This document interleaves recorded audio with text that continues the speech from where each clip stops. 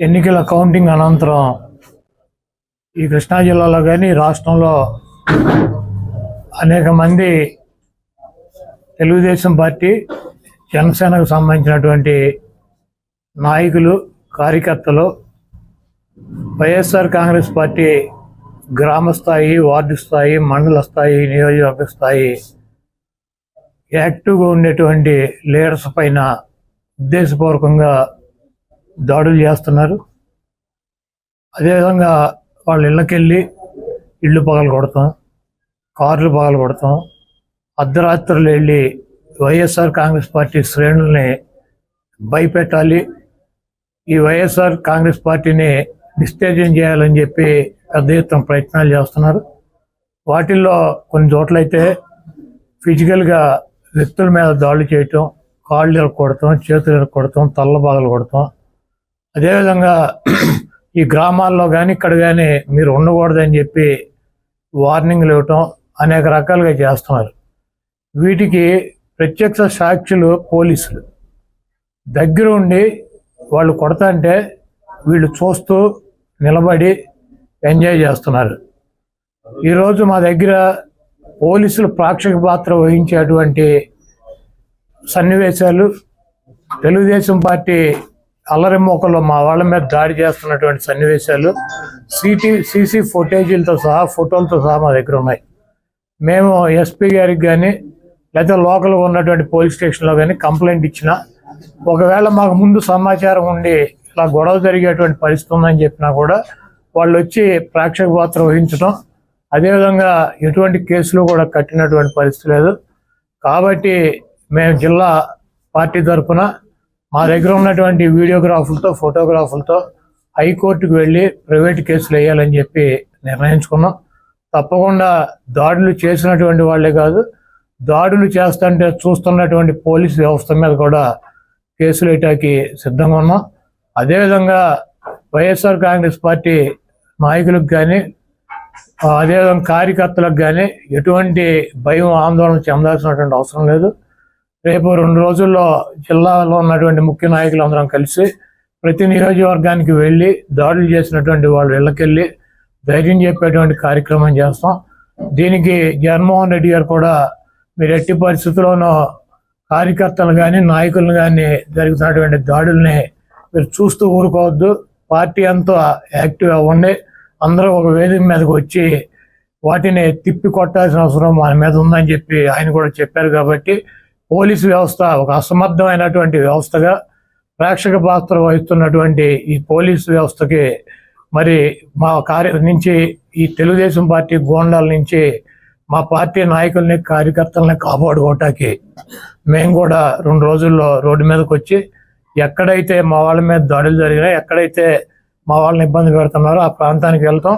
ఆ కాన్స్టిట్యున్సీకి కానీ, ఆ జిల్లాకు కానీ సంబంధించినటువంటి నాయకులందరూ కూడా పాల్గొంటారు. ఆ నియోజకవర్గంలో ఉన్నటువంటి లీడర్స్ కానీ, కార్యకర్తలు కూడా పాల్గొంటారు. తప్పకుండా లా అండ్ ఆర్డర్ ఇష్యూస్ కనుక వస్తే దానికి పోలీస్ వ్యవస్థే బాధ్యత వహించాలి.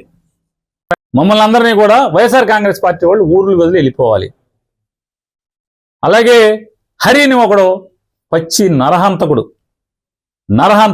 ఆడది కనపడితే వడలు, మర్డర్ కేసు ముద్దాయి, మామూలు ముద్దాయి కాదు, డబ్బు కోసం అమ్మాయిని కిడ్నాప్ చేసి ముక్కలుగా నరికి తెలంగాణ తీసుకెళ్లి తెలంగాణ శ్మశానంలో కాల్చినటువంటి ముద్దాయి. ఆడు ఫేస్బుక్లో పోస్టింగ్లు పెడుతున్నాడు. ఒక దళిత కుర్రాడు, బైపాస్ రోడ్డుకు సంబంధించినటువంటి హేమా నాని అనే ఒక దళిత కుర్రాడు మీద పోస్టింగ్లు పెడుతున్నాడు. అతను భయపడి పారిపోయాడని చెప్పని, అరే నువ్వు పారిపోయావరా, నువ్వు బందర్ మీద ఎప్పుడు వస్తే అప్పుడు నీకు దండేయటమే. బహిరంగంగా పోలీస్ కంప్లైంట్ ఇచ్చాం, వాళ్ళ అమ్మా నాన్న చర్యలు లేవు. ఎస్పీ గారు చర్యలు లేవు. హరి ఆడిపోయారు, నల్ల హరి అంటారు, చర్యలు లేవు. కొరియర్ సీను రౌడీ షీటర్ ఆ యాదవుల ఇంటి మీద పడి ధ్వంసం చేశాడు, కేసు లేదు. ఇవాళ బందర్లో ఉన్నటువంటి రౌడీ షీటర్లు, పాలకేంద్రం చిలకలపూడి పాలకేంద్రం సురేష్ అనేవాడు ఇవాళ ఈ ధ్వంసంలో మన 8వ వార్డులో విశ్వబ్రాహ్మణ కాలనీలో అలుగోజు రాజశేఖర్ ఇంటికి వెళ్ళారు. అలుగోజు రాజశేఖర్ విశ్వబ్రాహ్మడు అలుగోజు రాజశేఖర్ అంటాడు, బతుకుతూ ఉంటాడు భార్య పిల్లల్ని. అతని ఇంటికి వెళ్ళి ఇంట్లోకి వెళ్ళి తలుపు బదలగొట్టి తాళం బదలగొట్టి ఏడి ఆవిడ పక్కింట్లో కూర్చుంది భయం వేసి భార్య, ఏడి నీ మొగుడు లేడా, మర్డర్ చేసేస్తామని చెప్పని ఆ పాలకేంద్రం సురేష్ గారు మాట్లాడతాడు, ఆ మహేష్ అనేవాడు మాట్లాడతాడు, బెదిరిస్తారు. కంప్లైంట్ ఇచ్చిన కేసు తీసుకోరు, చర్య తీసుకోరు. ఆ పాలకేంద్రం సురేష్ అనేవాడు కలెక్టర్ బంగ్లా దగ్గర ఎన్జిఓ కాలనీలో ఒక వైఎస్ఆర్ కాంగ్రెస్ పార్టీ కార్యకర్తకి ఇంటికి వెళ్ళి కారు మీద రాస్తాడు, వీడిని వెనకాల షీల్డ్ మీద, అది ఏం మిల్క్స్, అది ఎస్ఎస్ మిల్క్స్ సురేష్ వచ్చెళ్ళాను అని కారు మీద రాస్తాడు. అంటే మట్టి ఉంటుంది కదా, మట్టి మీద వచ్చెళ్ళానని రాస్తాడు. ఎంత బరి తెగింపు ఎస్పీ గారు, ఇవన్నీ మీరు నోట్ చేసుకోండి. ఎంత బరి తెగింపు. మీరు మేము వచ్చి మిమ్మల్ని కలుస్తాం, కలిసాక కూడా మీరు మేమేం చేయలేమండి, చంద్రబాబు మమ్మల్ని ఏం చేయొద్దన్నాడు మీరు చెప్పేశారనుకోండి, ఇంకా సంఘాలు జరుగుతున్నాయి, మా మీద దాడులు జరుగుతున్నాయి, చేయగలిగేది ఏముంది? అందరిళ్లలో కారాలు ఉంటాయి, అందరిళ్లలో కత్తిపేటలు ఉంటాయి, ఏం చేయగలరు? తిరుగుబాటే కదా. ఇళ్ల మీదకి వచ్చి కొన్ని మేమేమన్నా ఆవిడ దగ్గర తాగి గొడవకి వెళ్తే కొన్ని కొట్టారంటే అర్థం ఉంది. ఇంట్లో ఉంటే, ఓడిపోయి ఇంట్లో ఉంటే కార్యకర్తలు ఎవడెవడైతే బలంగా పనిచేశాడో వైఎస్ఆర్ కాంగ్రెస్ పార్టీ కోసం వాళ్ళ మీద దాడులు చేయటం, బరి తెగించి ఇళ్లకెళ్ళి ధ్వంసం చేస్తుంటే, దౌర్జన్యకాండ చేస్తుంటే, పోలీస్ ప్రేక్షక పాత్ర సాక్ష్యం ఉండి పక్క నుండి చేయిస్తుంటే ఎక్కడికి తీసుకెళ్తున్నారనేది కూడా ఆలోచించుకోమని చెప్తూ, ఖచ్చితంగా రేపు కానీ ఎల్లుండి కానీ ఎస్పీ గారు అపాయింట్మెంట్ అడిగి 7 కూడా మేము ఎస్పీ గారిని కలిసి ఆయన్ని మాట్లాడదాం అనుకుంటున్నాం. ఇవన్నీ కూడా అంటే ఇప్పటికైనా డీజీపీ గారిని కూడా గట్టిగా డిమాండ్ చేస్తున్నాం. ఈ రకంగా మీరు ధ్వంస రచన చేస్తే, దగ్గరుండి పోలీసు ఇలా చేస్తే, మళ్ళీ ఇంకా పత్తిత్తు కబుర్లు చెప్తున్నారు చంద్రబాబు నాయుడు కొడుతున్నారంటే అంటే ఇల్లు మొత్తం ధ్వంసం చేస్తే, ఒక ముసలావిడ ఉంటుంటే ఇంట్లో యాదవ్ ఆవిడ ఇల్లు ధ్వంసం చేసి ఇల్లంతా సామాన్ అంతా మొత్తం ధ్వంసం చేస్తే కేసు ఇస్తే కేసు లేదు. వైఎస్ఆర్ కాంగ్రెస్ పార్టీ వాళ్ళు వెళ్ళి అమ్మ అయిపోయింది దుర్మార్గ రాజ్యం వచ్చింది, ఏం చేస్తాం, సామాను కొనుక్కోమని డబ్బులు ఇచ్చి వస్తే మళ్ళీ బద్దలు కొట్టిన వాళ్ళే, ఇల్లు ధ్వంసం చేసిన వాళ్ళే, ఈ రౌడీలే వెళ్ళి కొనుక్కో మళ్ళీ కొడతాక మేము వస్తాం అని బరి తెగించి మళ్ళీ దౌర్జన్యకాండకి పూనుకుంటుంటే పోలీస్ కంప్లైంట్ ఇచ్చినా కూడా కేసు లేదు. నిన్న రాత్రి గౌడ కులస్తుడు, చిన్న కుటుంబం, కూలి చేసుకు బతుకుతారు 3 పిల్లలు, వాళ్ళ ఇంటి మీదకి వెళ్ళి కేవలం వైఎస్ఆర్ కాంగ్రెస్ పార్టీకి పనిచేశామని చెప్తే ఎన్టీఆర్ కాలనీ, చిలకలపూడి పోలీస్ స్టేషన్లోని పరిధిలోని ఎన్టీఆర్ కాలనీ గోడౌన్ చెదురుగుండా చూడండి, ఆ పేదవాడి ఇండ్లు ఏ రకంగా బియ్యంతో సహా ఏ రకంగా ధ్వంసం చేశారో. ధ్వంసం చేస్తే 3 పిల్లలు పచ్చిగా ఆడు అడుగుతాడంట వెళ్ళినోడు, ఆడి పేరు నవీన్, రౌడీ షీటరు, ఆడి మీద ఒక 25-30 కేసులు ఉన్నాయి. లంజా ₹1,00,000 ఇస్తాను పడుకోవే అని ఒక నెలల పిల్లోడిని ఎత్తుకున్న తల్లిని ఆడు మాట్లాడతాడు. కేసు లేదు. కేసు లేకపోగా పోలీసులు ఎంత దారుణంగా ఉన్నారంటే మరి ఎస్పీ గారు ఏమైపోతున్నాడు? చిలకలపూడి పోలీస్ స్టేషన్ నుంచి వాడికి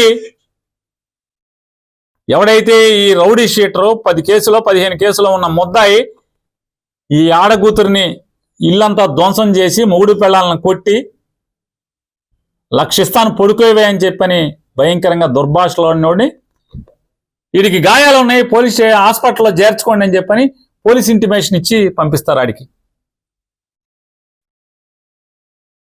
వీళ్ళు కేసుకి హాస్పిటల్కి పోలీస్ స్టేషన్కి వెళ్తే హాస్పిటల్కి పంపలా, పోలీస్ స్టేషన్కి వెళ్తే హాస్పిటల్కి పంపలా, ఆయన్ని పంపించారు ధ్వంసం చేసిన వాడిని.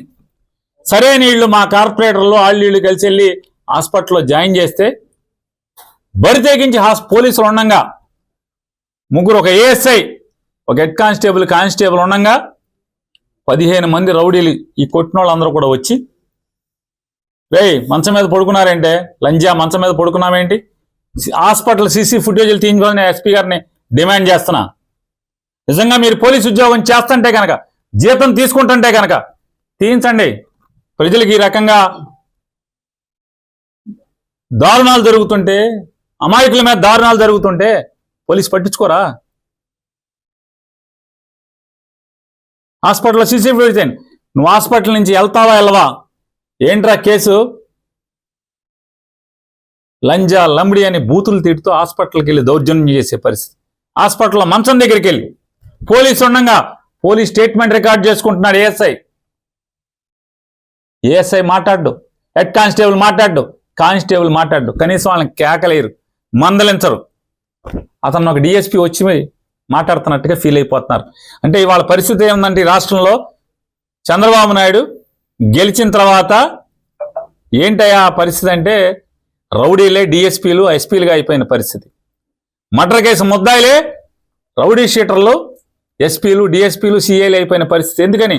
పోలీసు ఎవడు మాట్లాడట్లా, వాళ్ళకి మర్యాద ఇస్తున్నారు. దౌర్జన్యం చేస్తుంటే కేసు లేదు. అలాగే ఇంటి ఎదురుగుండా మా ఇంటికి దగ్గరలో పాలకేంద్రం సురేష్, చిలకలపూడిలో పాలకేంద్రం సురేష్ అనేవాడు, అలాగే మహేష్ అనేవాడు విచ్చలవిడిగా బరి తెగించి ఎస్ఐని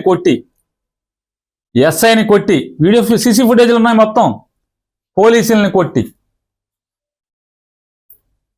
పోలీసులు బ్యారికేడింగ్ పెట్టి కుర్చీల్లో కూర్చుంటే ఆ కుర్చీలు పెట్టి వాళ్ళని కొట్టి, కార్లు ధ్వంసం చేస్తే ఇంతవరకు కేసు ఇచ్చినా కూడా కేసు కట్టలేదు, ఎఫ్ఐఆర్ కట్టలేదు ఇంతవరకు. దాన్ని కూడా మేము హైకోర్టులో మూవ్ చేస్తున్నాం. ఈ పోలీస్ ఇన్యాక్షన్, ఈ దౌర్జన్యాలు, చంద్రబాబు నాయుడు చేయిస్తున్నటువంటి దౌర్జన్యాల మీద దానికి కేసు లేదు.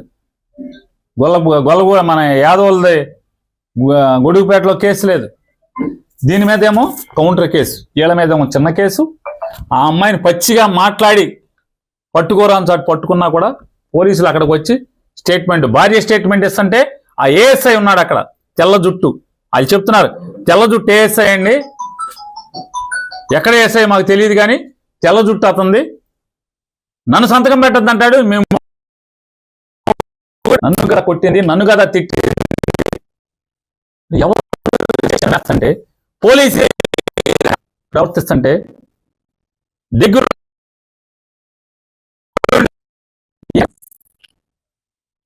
ఇళ్ల మీదకి పడి ధ్వంసం చేస్తే బలరాంపేటలో వడ్డెర కులస్తురాలు భద్రరావు గారి కోళ్ళు, భద్రరావు అని ముఠా మేస్త్రి, కూలీ ముఠా మేస్త్రి, అంజి అని చెప్పని అంజి భార్య, అమ్మాయి ముగ్గేసుకుంటుంటే తాగి 10 మంది రౌడీలు ఆ అమ్మాయి కాళ్ళ మధ్యకి బాంబులేసి, అమ్మాయి ముగ్గేసుకుంటుంటే ఇంటి ముందు కాళ్ళ మధ్యకి బాంబులేసి ఏమే నీ మొగుడున్నాడా అని చెప్పని దౌర్జన్యానికి వెళ్తే ఆ అమ్మాయి తిరిగి ఏమయ్యా బాంబులు నా మీద వేస్తావా, నువ్వు గెలిస్తే మీ ఊరేగు, మా మీద దౌర్జన్యం చేస్తారా, నా మొగుడితో ఏం పని నీకు అని చెప్పని అడిగితే ఇంట్లోకి వెళ్ళి ధ్వంసం చేశారు. కేసు లేదు, తిరగబడ్డారు అప్పుడు వాళ్ళు. ఆ ఇంట్లో వెంటనే మొగుడు పరిగెత్తుకొచ్చి, మొగుడు భార్య పిల్లలు కలిసి తిరగబడితే వాళ్ళ మీద 307 చూడండి పోలీస్. వీళ్ళ మీద కేసు లేదు, వీళ్ళ మీద దాడి చేసిన దానికి, వీళ్ళ ఇంటి మీదకి వచ్చి దాడి చేసిన దానికి కేసు లేదు, వాళ్ళ మీద 307. దాంట్లో మళ్ళీ పోలీసు ఎంత దిగజారిపోయే వ్యవస్థ అంటే, ఇదన్నీ సాక్ష్యం, కళ్ళతో సాక్ష్యం చూస్తూ కూడా. నేను గొడవ జరుగుతుందని బందర్ డిఎస్పీ గారికి ఫోన్ చేశాను, బలవాన్పేటలో గొడవ జరుగుతుందని చెప్పాను, పోలీసుని పంపాను. నాకు ఫోన్ రాగానే నేను ఫోన్ చేసి పంపించాను, చెప్పండి అర్జెంటుగా పంపండి. పోలీసు ప్రత్యక్షంగా ఉండగా ఆ ఇంటి మీద గొడవ చేసి కొడితే, పోలీసు ఉన్నా కూడా ఏం పట్టించుకోకపోతే, వాళ్ళు తిరగబడితే, ఆత్మరక్షణ కోసం తిరగబడితే 307, వీళ్ళు కేసు లేదు. ఈ రకంగా ఎవరెవరైతే ఇవాళ పొద్దునుంచి ఇవాళ ఎమ్మెల్యేలు అందరం కూడా, మాజీ ఎమ్మెల్యేలు అందరం కూడా కూర్చుని అసలు ఏంటి పోలీసు వ్యవస్థ దగ్గరుండి ఇలా దాడులు చేయిస్తుంది, ధ్వంసం చేయిస్తుంది, కత్తిపోట్లకి అంటే అత్యాయత్నాలు చేస్తుంటే పోలీసులు సాక్ష్యాలు ఉంటున్నారు దగ్గరుండి, ఏం మాట్లాడట్లేదు, నిమ్మకు నీరెత్తినట్టు ఉంటున్నారు, వాళ్ళే ప్రోత్సహిస్తున్నట్టుగా ప్రవర్తిస్తున్నారని చెప్పని, ఏంటి అసలు ఏం జరుగుతుందని మేము ఎమ్మెల్యేలు అందరం కూర్చుని మాట్లాడుకుంటాకి, జిల్లాలో ఉన్నటువంటి మాజీ ఎమ్మెల్యేలు అందరం కూడా కూర్చుందామంటే మీరు వెళ్ళకూడదు మీటింగ్కి. జోగి రమేష్ని నిర్బంధించారు, పామర్ అనిల్ని నిర్బంధించారు, వంశీని నిర్బంధించారు. వీళ్ళని కూడా నిర్బంధిస్తే దాటుకుని మీ ఇష్టం వచ్చింది చేసుకోండి అని చెప్పి నడుచుకుంటా ఊరి చివరికి వస్తే చివరికి అప్పుడు వేరే కార్లు వేసుకుని రావాల్సిన పరిస్థితి. అంటే మీరు ధ్వంసం చేసే వాళ్ళని, దాడులు చేసే వాళ్ళని, కిరాయి మోకల్ని, అల్లరి మోకల్ని, రౌడీ మోకల్ని కంట్రోల్ చేయరు. మీ ముందే మీ ప్రత్యక్షంగా మీరున్నంగా ఇళ్ల మీద పడి ధ్వంసం చేస్తుంటే, ఇళ్లలో ఆడామగాని కొడుతుంటే మాట్లాడరు, కేసులు కట్టరు. ఏం జరుగుతుందా మరి మనం ఏం చేద్దామని చెప్పని ఎస్పీని కలుద్దామా, ఏం చేద్దాం, గట్టిగా పోలీసుని మాట్లాడదామా, పోలీసుని అడుగుదాం, ఇక మీరు కాదు మేమేం చేయలేమండి, ఇక చంద్రబాబు మమ్మల్ని ఏమి చేయొద్దు అంటున్నాడు, మా చేతులు కట్టేశాడు, మేమేం చేయమంటే కనుక మా వాళ్ళన్నా మేమన్నా ఇక తిరగబడంటారు, ఏం చేస్తాం, కాపాడుకోండి మీ ప్రాణాలని చెప్పాల్సిన పరిస్థితి కదా మేము మాట్లాడుకుని. అదే ఎస్పీ గారిని అడుగుదాం అనుకుంటున్నాం. మేమందరం 7 కూడా మాజీ ఎమ్మెల్యేలు, ఇక్కడ పోటీ చేసిన 7 అభ్యర్థులు కానీ వైఎస్ఆర్ కాంగ్రెస్ పార్టీ కానీ ఎస్పీ గారిని కలుద్దాం అనుకుంటున్నాం. కలిసి పోలీసు ఇదే రకంగా మీరు కొనసాగిస్తే ఖచ్చితంగా మేము ప్రాణ రక్షణ కోసం, ఆస్తుల రక్షణ కోసం తిరుగుబాటు చేయాల్సిన పరిస్థితి. పోలీసు ఇలాగే కనుక కొనసాగిస్తే, పోలీసులు ఇలాగే దౌర్జన్యకాండని మీరు ప్రోత్సహిస్తే ఏం చేయాలి మరి?